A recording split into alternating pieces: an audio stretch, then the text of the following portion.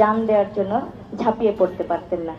তো আমি একটু আবেগী, তো দেখা যায় যে কথা বলতে গিয়ে একটু আবেগে ভুলটুল বলে ফেললে মাফ করে দেবেন, আমি আগেই ক্ষমা চেয়ে নিচ্ছি।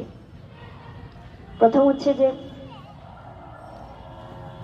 আজকের যে অনুষ্ঠানটা হলো, আজকের অনুষ্ঠানটা কিন্তু শুধুমাত্র আপনাদের জন্য, এটা আমার জন্য না। এবং আপনারা আমাকে এখানে বলেছেন যে আমি প্রধান অতিথি, কিন্তু আমি নিজেকে প্রধান অতিথি ভাবি না। কারণ আজকের এই অনুষ্ঠানে আপনারা যারা আছেন, আপনারা এক একজন এই অনুষ্ঠানের প্রধান অতিথি। আমরা আপনাদের কথা শোনার জন্য, আপনাদের যে কষ্ট, এখন যে পরিস্থিতিতে আছেন, কি পর্যায়ে আছেন, শুধু এটা জানার জন্য আমরা আজকে আপনাদের সাথে একসাথে বসেছি। আপনাদের অবশ্যই অনেক সমস্যা হচ্ছে, আমরা জানি।